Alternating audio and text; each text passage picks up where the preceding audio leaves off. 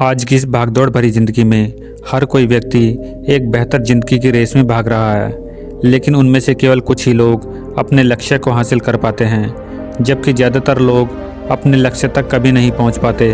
हम जब भी अपने लक्ष्य की ओर कदम बढ़ाते हैं तो हमारे मन में तरह तरह के विचार उठने लगते हैं, जैसे मैं इसे हासिल कर भी पाऊंगा या नहीं, अरे इसमें तो बहुत समय लगेगा, लेकिन मेरे पास तो समय ही नहीं है, अगर मैं असफल हो गया तो लोग क्या कहेंगे। लेकिन इन सब में भी जो सबसे बड़ा डर रहता है वह यह है कि मैं इस काम में सफल हो भी पाऊंगा या नहीं।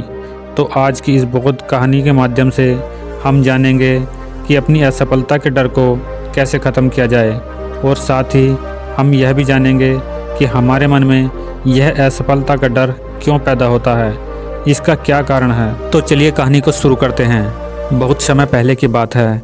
एक बौद्ध सन्यासी एक जंगल के पास अपनी कुटिया बनाकर रहा करते थे। वे बौद्ध सन्यासी बहुत ही बुद्धिमान व्यक्ति थे। जो भी उनके पास अपनी समस्या लेकर आता वह उतनी ही बुद्धिमानी से उसकी समस्या का समाधान निकाल देते।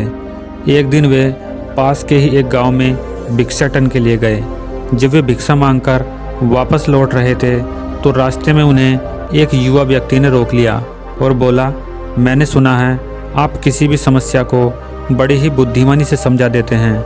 हालांकि मुझे तो जरा भी विश्वास नहीं कि आप मेरी इस जटिल समस्या को सुलझा पाएं, लेकिन मैंने लोगों से आपकी बुद्धिमानी के बहुत से किस्से सुन रखे हैं। इसलिए मैं आपसे एक बात जानना चाहता हूं कि हमें किसी भी काम में असफलता की घबराहट क्यों होती है, और हम अपने किसी भी लक्ष्य को असफलता की घबराहट के बिना कैसे प्राप्त कर सकते हैं।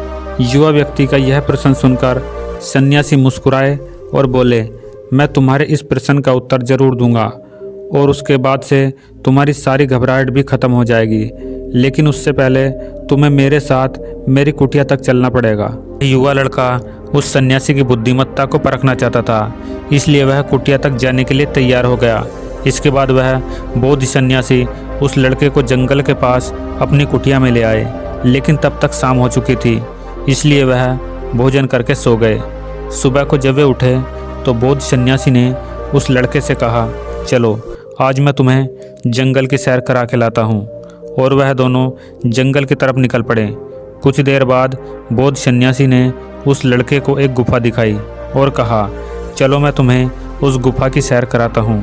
लड़के ने कहा, हाँ चलिए, गुफा देखने की मेरी भी काफ़ी इच्छा थी। उसके बाद वह दोनों गुफा के अंदर चले गए। गुफा के अंदर काफ़ी अंधेरा था, लेकिन थोड़ी देर बाद बौद्ध सन्यासी चुपके से गुफा के बाहर निकल आए और उस गुफा के द्वार को बाहर से बंद कर दिया। उस लड़के ने गुफा के भीतर से बहुत आवाज़ दी और कहा, मुनिवर आप कहाँ हैं, आप कहाँ चले गए, मुझे जवाब क्यों नहीं दे रहे। लेकिन बहुत देर तक कोई जवाब न मिलने के बाद वह घबरा गया और घबराकर गुफा के द्वार की ओर भागा। जैसे ही वह गुफा के प्रवेश द्वार पर पहुंचा तो वह हैरान रह गया कि यहाँ तो गुफा के द्वार को किसी ने बंद कर दिया है। अब मैं बाहर कैसे निकलूँगा। अब वह अकेला उस गुफा में काफ़ी भयभीत और परेशान हो गया। वह सोचने लगा कि कहीं उस सन्यासी ने मुझे बंद करने की योजना तो नहीं बनाई थी। अब वह गुफा में इधर उधर घूमकर बाहर निकलने का रास्ता ढूंढने लगा। वह गुफा में काफ़ी देर तक इधर उधर भटकता रहा, लेकिन उसे बाहर निकलने का कोई रास्ता नहीं मिला। अब उसे जोरों की प्यास और भूख भी लग रही थी, इसलिए वह शांत होकर एक जगह बैठ गया। तभी उसे सुरंग से सूर्य की रोशनी आती हुई दिखाई दी, पर जहाँ से रोशनी आ रही थी वहाँ तक पहुँचना बहुत ही कठिन था, क्योंकि चारों तरफ बस अंधेरा ही अंधेरा था और वह सुरंग भी काफ़ी ऊंचाई पर थी। लेकिन फिर भी वह तुरंत उठा और अपनी सारी भूख प्यास को भूलकर अपना सारा ध्यान उस गुफा से बाहर निकलने पर लगा दिया। काफ़ी मेहनत और प्रयास करने के बाद वह सूर्य से रोशनी आने वाली सुरंग तक पहुंच गया और कुछ दूर तक उस सुरंग में ऊपर चढ़ता गया।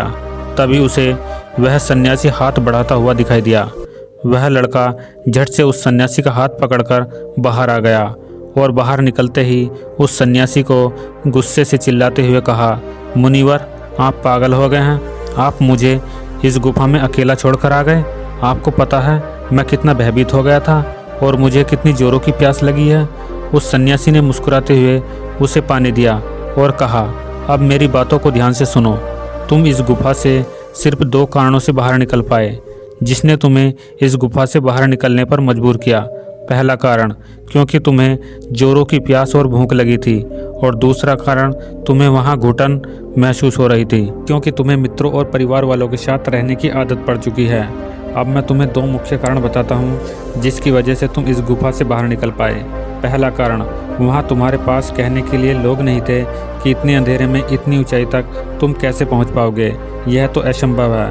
और दूसरा कारण, वहाँ यह कहने के लिए भी लोग नहीं थे कि चलो कोई दूसरा रास्ता देखते हैं, इससे भी आसान रास्ता मिल जाएगा और बड़ी आसानी से इस गुफा से बाहर निकल जाएंगे। सफलता प्राप्त करने का नियम भी कुछ ऐसा ही है। यहाँ मैंने तुम्हें सफलता कैसे प्राप्त करें इसकी एक छोटी सी दुनिया बनाकर दिखाई है, पर वास्तविक दुनिया इससे कहीं जटिल है। वहाँ हमें सलाह देने के लिए बहुत से फालतू लोग मिल जाते हैं जो खुद तो कुछ कर नहीं सकते, लेकिन हमें ज्ञान देंगे कि यह मत करो, वह मत करो, यह बहुत कठिन है, यह तुमसे ना हो पाएगा। इससे तो अच्छा है तुम वह काम कर लो, उसमें तुम्हें निश्चित रूप से सफलता मिल जाएगी। और ऐसे ही हमारे दिमाग को भटका कर चले जाते हैं और हमें खुद पर संदेह होने लगता है। सफलता न मिलने का एक बड़ा कारण यह भी है कि सफलता प्राप्त करने की प्रक्रिया बहुत लंबी होती है, और जब यहाँ हमारा मन घंटे घंटे में बदलता रहता है तो लक्ष्य प्राप्ति के महीनों और सालों के प्रयास में हमारा मन क्यों नहीं बदलेगा। हमारा मन बदल ही जाता है और हम उस रास्ते को छोड़कर अलग अलग रास्ते अपनाने लगते हैं। गौतम बुद्ध अक्सर अपने शिष्यों से कहा करते थे कि परेशानियां हमें तभी दिखती है जब हमारा ध्यान हमारे लक्ष्य पर नहीं होता, और यह बात 100% सही है। जैसे एक तीरंदाज एक तीर मारने वाला होता है तो वह अपनी एक आंख को बंद कर लेता है और दूसरी आंख से सिर्फ लक्ष्य को देखता है, तब जाकर वह अपने लक्ष्य को भेद पाता है। ठीक इसी प्रकार हमें असफलता का डर तभी लगा रहता है जब हमारा ध्यान अपने लक्ष्य पर न होकर रास्ते में आने वाली कठिनाइयों पर होता है। तुम भी इस गुफा से बाहर इसलिए निकल पाए क्योंकि तुम्हें गुफा के अंदर सुरंग से आने वाली रोशनी के अलावा और कुछ नहीं दिखाई पड़ रहा था। अगर उस गुफा के अंदर प्रकाश होता तो तुम वहाँ के बड़े बड़े गड्ढे और कीड़े मकोड़ों को देखकर डर जाते और वहीं भटकते रह जाते। इसलिए अपना सारा ध्यान केवल अपने लक्ष्य पर लगाए रखो, और आसपास क्या हो रहा है, लोग क्या कह रहे हैं, उस पर ध्यान देना बंद कर दो।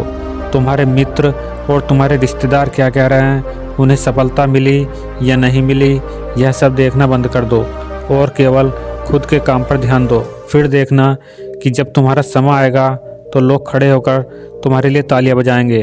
और इतना कहकर वह बौद्ध सन्यासी मौन हो गए। इस युवा लड़के ने कहा, मुनिवर, आज आपने मेरी तो आंखें ही खोल दी।